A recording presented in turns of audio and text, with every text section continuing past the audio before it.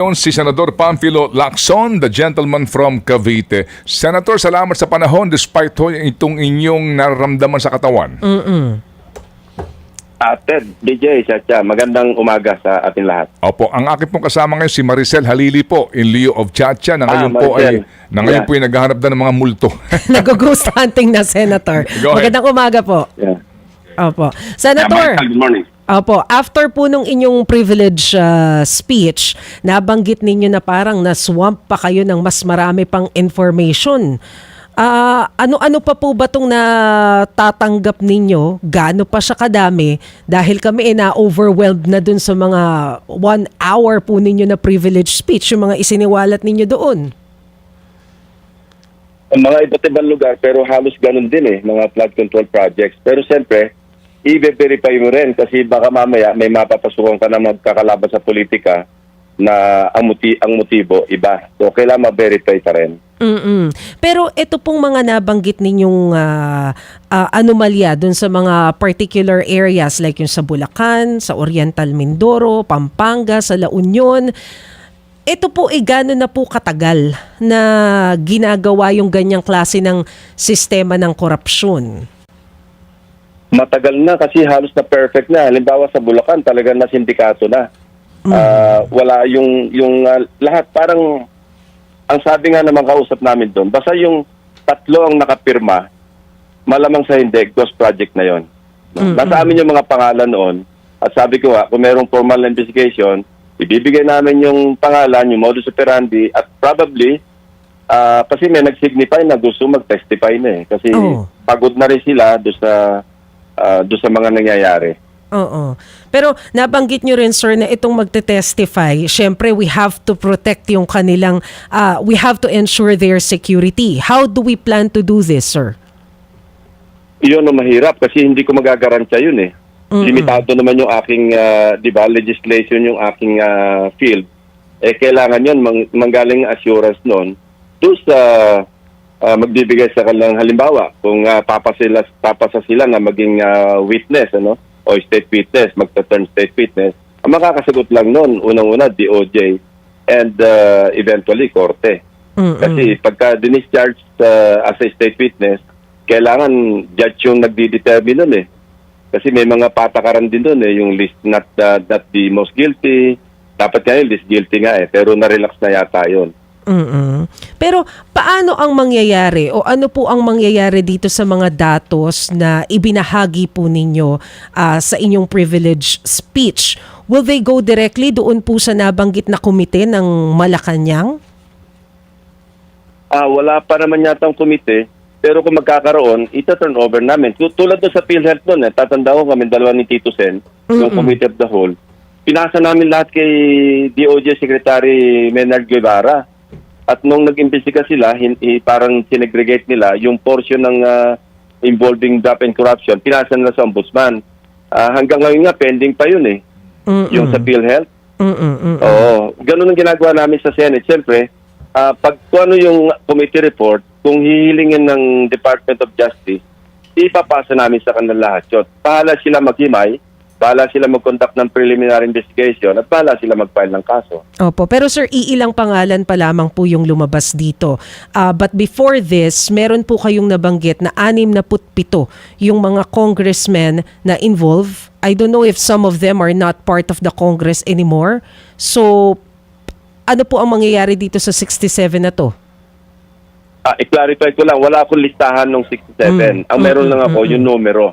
Kasi noon yung pag-start ng 19th Congress, may kausap akong congressman din na naputol. Sige, so babalikan natin si Senator Ping Lacson. At ito ang ating interview nga kasi ay may hangganan lang din dahil sa napakaraming. Meron kayo sinasabi sa inyo pong privilege speech na kayo po ay patuloy na umiikot at umaalam ngayon sa Kabikulan, Davao Peninsula, Western Visayas, and Central Mindanao. So, meron po itong part 2 na inyo pong privilege speech, Senator? Baka, ang sabi sa mga staff ko, baka magamit na lang natin ito sa kung magkakaroon tayo ng sa mga committee hearings na lang in pursuit of any investigation or inquiry. Pero kung masyadong marami, at makakatulong pa para sa kilos ng executive branch, baka magkaroon nga ng part 2 yung privilege speech. Para ho maintindihan ng ating mga kababayan, gaano ho ba kahirap gawin ito? Pero nagawa po ninyo sa loob lamang po ng inyong panunungkulan from July 1, 2025 at sa araw ng inyong privilege speech. Well, in fairness, bigyan ko ng credit yung aking mga staff, ano? Kasi kami, magkakadamay na kami eh. Ito rin yung lahat kasi ng staff ko na iniwan ko noong 2022, nagsibalikan sila lahat, nasa akin sila lahat. After na mapagpad kung saan, napunta sa mga opisina ng ibang senador, yung isa naging ASEC, yung iba nagsarili negosyo. Pero nung, eto nga Ted, nung narinig ko nga yung komentaryo mo kahapon, medyo tumaas yung balahibo ko eh. That na tinawagan ko yung mga staff ko. Sabi ko, alam nyo, kinalibutan ako, una sa sinabi ni Ted, pero mas kinalibutan ako gawa ninyo. Dahil natatandaan ko nga, dahil sila yung harana ng harana sa akin, dahil ayoko na talaga, nasabi ko na magpapahinga ako, pero talagang lagi sila merong, taplak. At haharanahin ako, sir, bumalik na tayo, magsama-sama tayo ulit kasi marami pang trabaho. Kaya, alam mo, yung dedikasyon nila, subok ko na ito nung araw pa, hanggang ngayon, wala naman nagbago. Hindi nag-diminish yung kanilang enthusiasm, yung kanilang dedikasyon. Talagang fully motivated yung mga staff. So sila talagang nagbangka, lumusong sa baha, may dalang drone, nagpanggap ng kung ano para lang makapasok sa mga construction site. Alam na nila ang gagawin. So hindi na yung parang OJT, wala nang ganoon eh. Para sila mga veteranong mga investigador na pumunta sa lugar, hindi mo na papaulit-ulitin pa yung directive, alam na nila gagawin. Opo, kaya nga po, talagang binibigyan po natin ng pagkilala po ang inyong staff dito po sa inyo pong unang privilege speech. So, sabi nga ninyo, pagpapatuloy ang inyong verification, pero pwede pa pong magkaroon ng part 2 nito. Ano ho ang mga factors para ho kami na umaasa nga po sa gantong uri ng paglalahad ay muli po matauhan dito po sa inyong ginawa nga po pagbubunyag?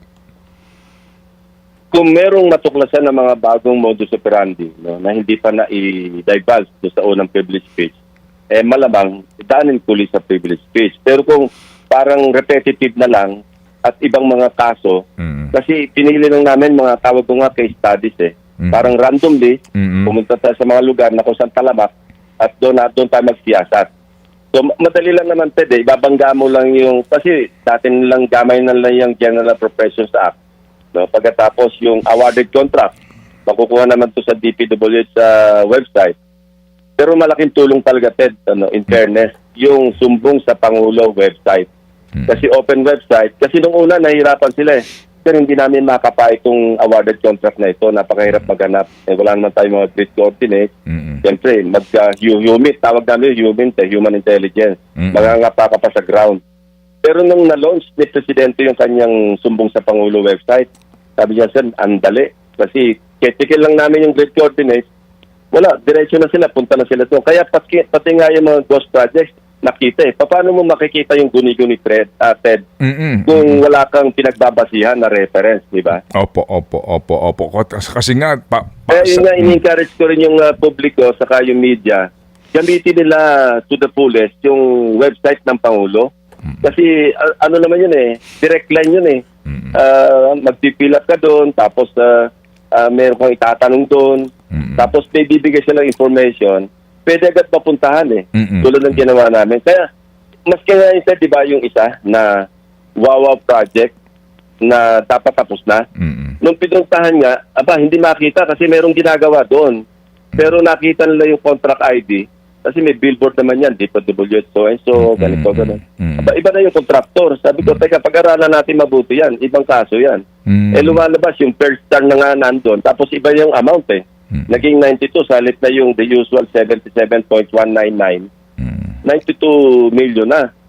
Ay tatakpan ng ibang river bank yung protection, slow protection. Pagkatapos may kasamang pumping station. So yun na ba yung description ng proyekto? Saan ngayon napunta yung nauna na doon? Na Wawaw. So cost talaga yun.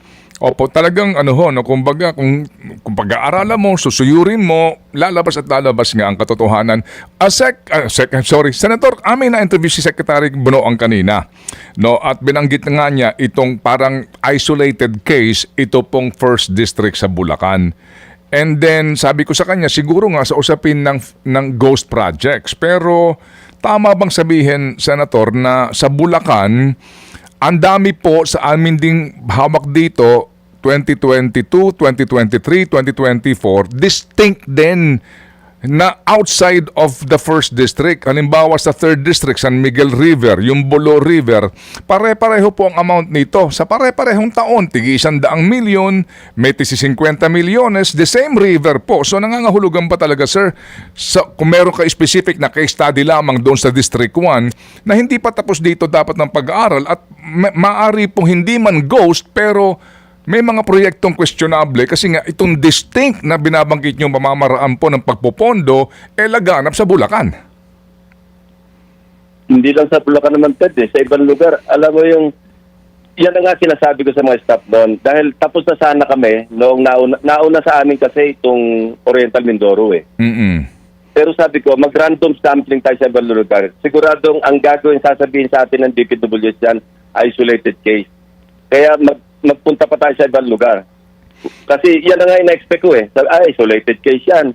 Di tapos ang istorya, isolated case Pero hindi to isolated case. Kaya nga nag-random kami, Ted para hindi sabihin.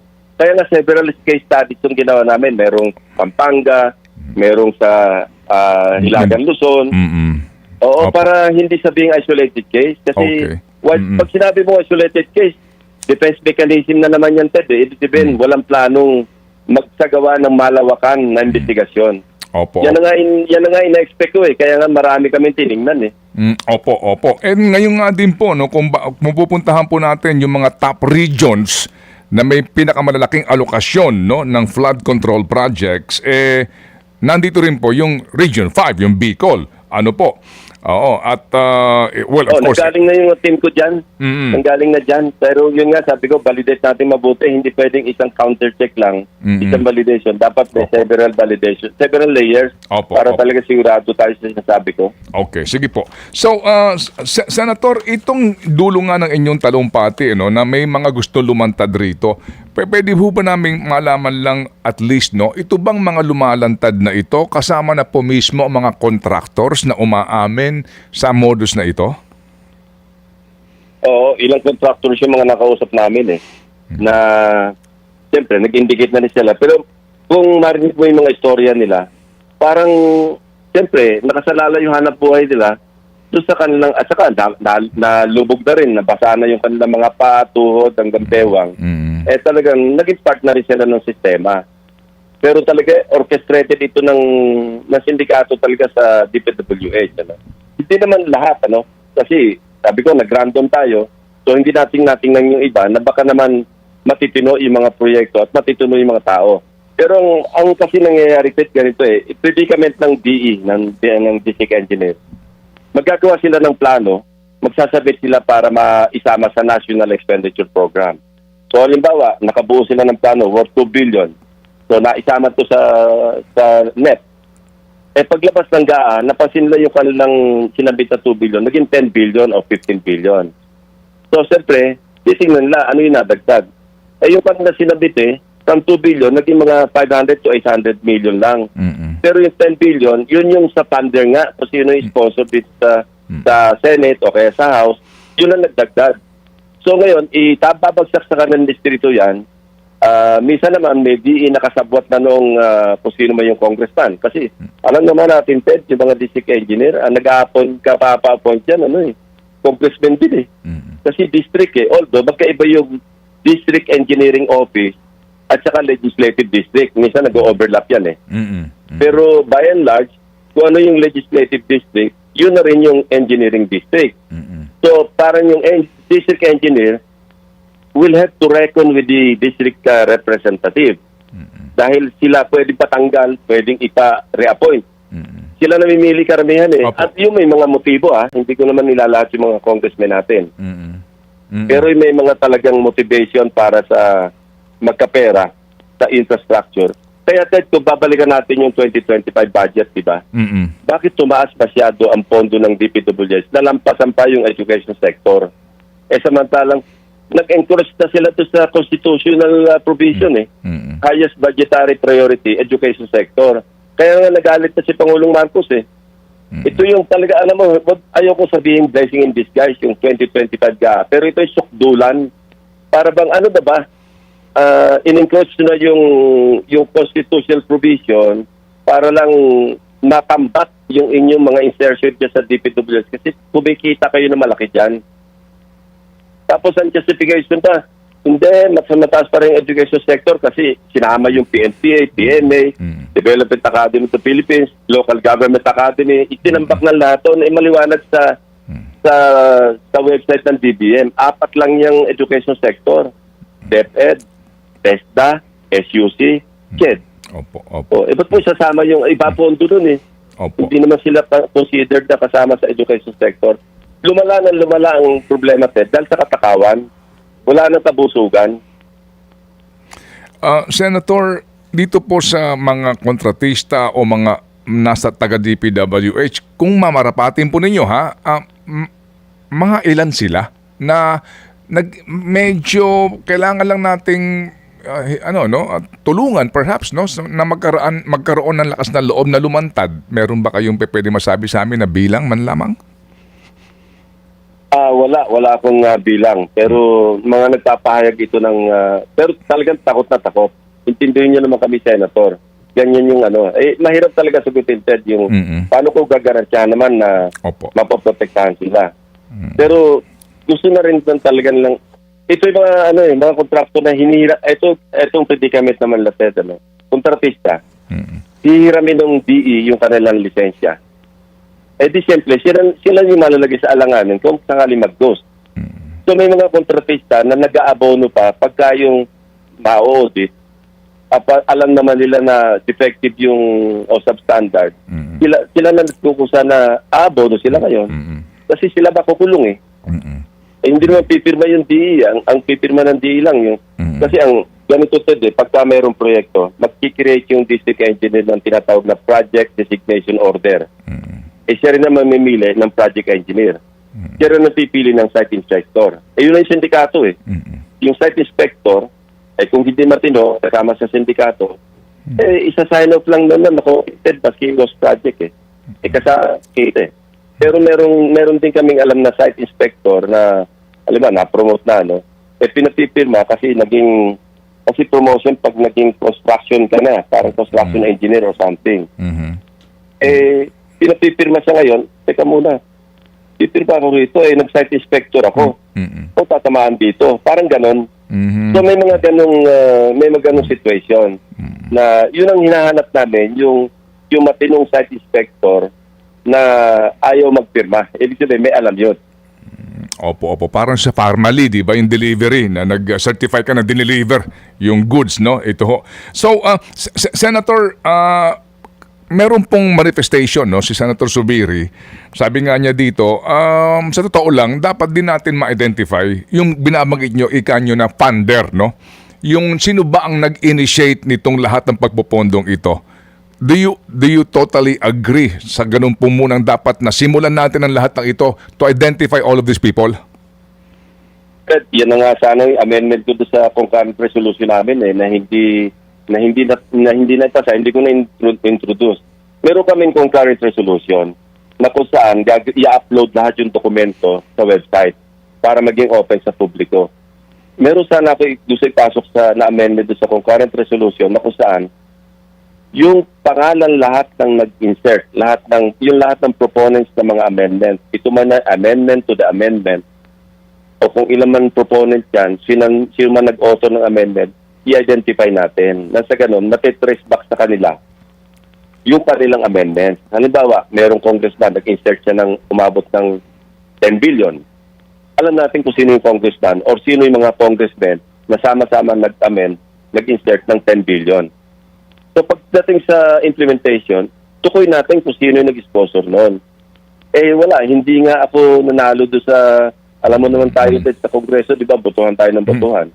So napagkasunduan namin ni Senator Serwin, in fairness to him, nakuha ko yung kanyang reluctance, ano, kung bakit siya reluctant.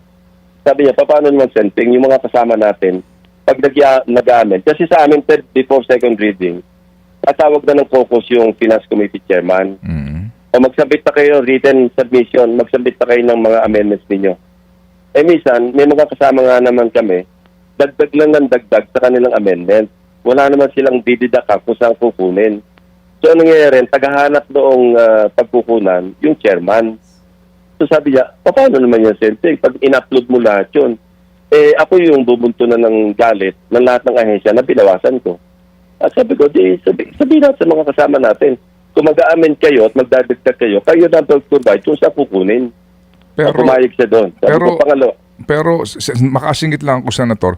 Pero, Senator, hindi naman yata patas na sagot yun. Kasi kung ikaw ang chairman at ginagawa yun ng kapwa mo senador, dapat mangatwiran ka doon sa senador na, hello, bago ka magpabawas, sabihin mo kung saan babawasin ito. Hindi yung ikaw ayaw mo mangyari itong nakabubuti sa mas nakararami dahil lang to protect your personal self bilang committee chairman ng finance.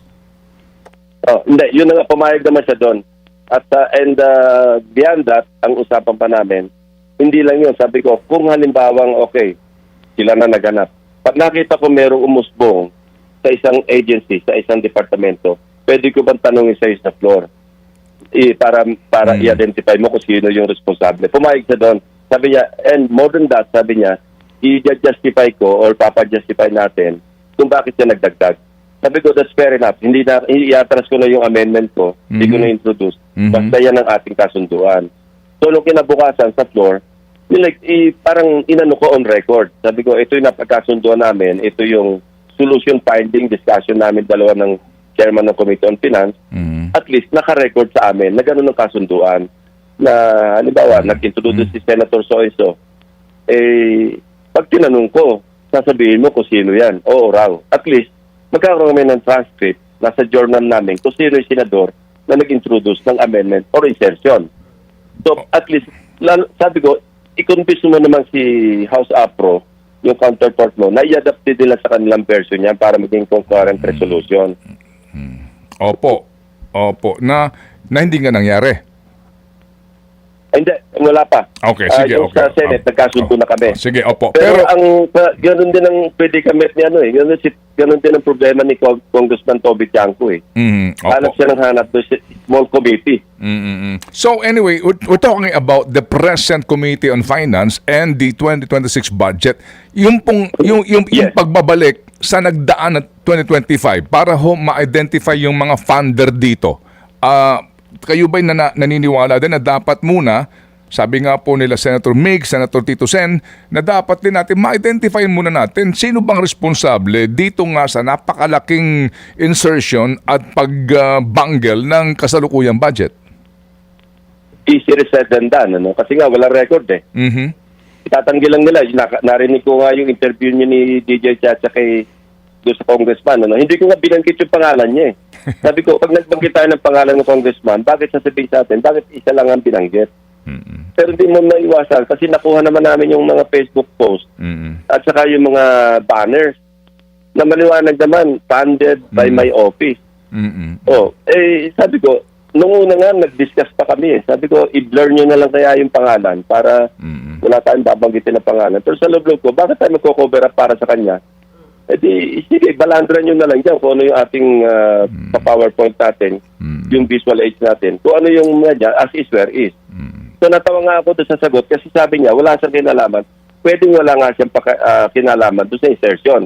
Madali tanggi yun Pero hindi ako sang-ayon sa sinabi niya na lahat yun nasa net. Alam mo, yung kaso doon sa nauha na yun, ang nasa net doon, 810 million lang. Yun po sabi ko yun ang sabi ko sa kanya kahapon na Senator. Sabi ko sa kanya, iisa lang yung nandiyan sa net. Pero ang sabi nga natin sa kanya, napakalaki nitong insertion for your district, kako. So sabi ko, sino ang may gawa niyan? Hindi daw siya. So sabi ko sa kanya, sinong anghel yun sa kanya, ang distrito, di ba? So sino ba may gawa nun? mahirap, madali talaga itanggi, Ted, kasi walang record eh.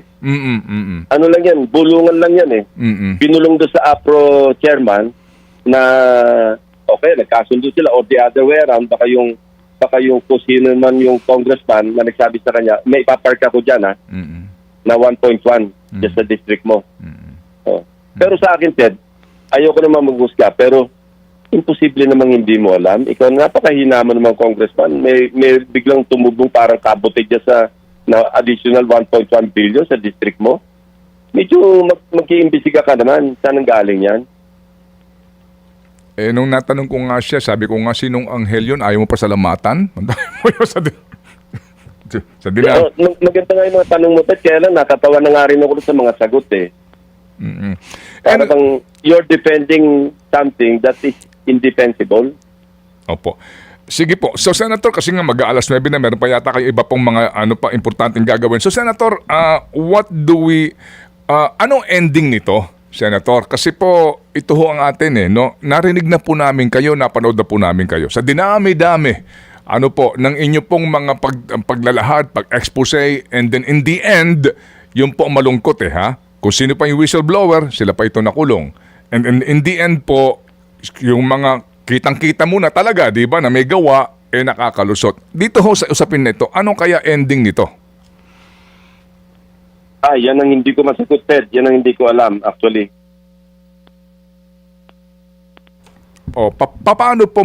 Paano magiging maganda ang ending nito para sa bayan? Alam mo, I think the President is on a roll, At saka last 3 years niya, dapat legacy mode, And I think he is on a legacy mode. Gusto niya talagang mag-iwan ng maski papaano sa ating bansa ng pagkakakailanlan sa kanya. Ayoko naman maging, ayoko maging presumptuous Ayoko pangunahan. I think, as we speak, pinag-aaralan nila anong pinakamagandang gawin para talaga masolusyonan na, hindi lamang yung sa flood control projects, kundi yung lahat ng kalokohan sa DPWH at saka sa ibang ahensya na talagang pinaplunder talaga yung, alam mo, Ted, nakakapanlumo yung ating budget, akyat tayo ng akyat. Sinasabi nga, di ba, narinig ko alam mo, di ba, ang gastusin daw natin nasa mga 17 nasa mga 1.7 trillion a day. So, ang kinikita natin nasa mga 1.2 trillion. Basta yan ang statistics ni Senator Recto Tapos uutangin na naman tayo ngayon. Ang projected na uutangin natin 2.7 trillion. Ang projected deficit natin nasa mga 1.6 yata trillion for 2026. Yan ang mga usually tanong ko, bakit tayo utang ng utang na doble sa ating projected deficit? Meron silang sagot na hindi ko rin masyado maunawaan. Kung lobo ng utang, sana man lang uutang tayo for investment, infrastructure, livelihood, para pagka may ROI. Ang problema nangyayari sa atin, uutang tayo, hindi naman natin in-invest wisely. Sa ayuda na pupunta, AKAP, MAIP, kung saan-saan. Pagkatapos, mag-i-invest sa infrastructure, nanakawin pa.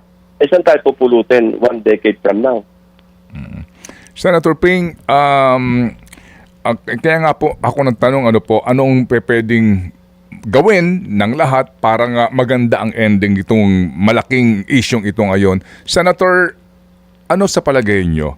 Hindi ba panahon na para yung plunder law natin amyendahan? Kasi sa halimbawa na lang, doon sa PDAP, Sinapoles, nakakulong nga siya, pero sa iba po mga kaso, pero itong mga involved dito, kagaya nung marami yan, nakakalaya pa rin 20 years nga after the controversy kasi less than 50 million May mga panukala po na ibaba na natin to para 10 million pesos, plunder na kaagad. Kaya para may mga magtatanda, nakakulong ka dyan hindi ka makakalaya hanggat may kaso ka pa. What do you think, sir?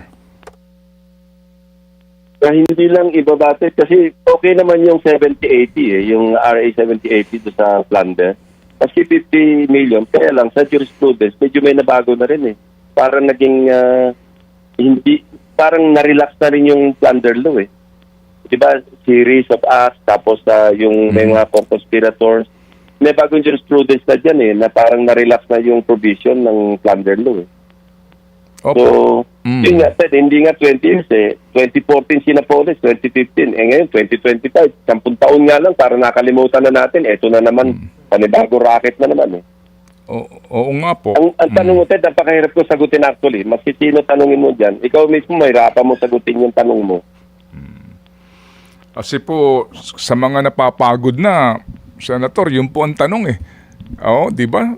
Sa lahat po ng narinig nga natin at sinubaybayan ng mga kontrobersya tungkol sa corruption, in the end, yung mga mastermind, naandyan pa rin, ngingiti-ngiti lang eh.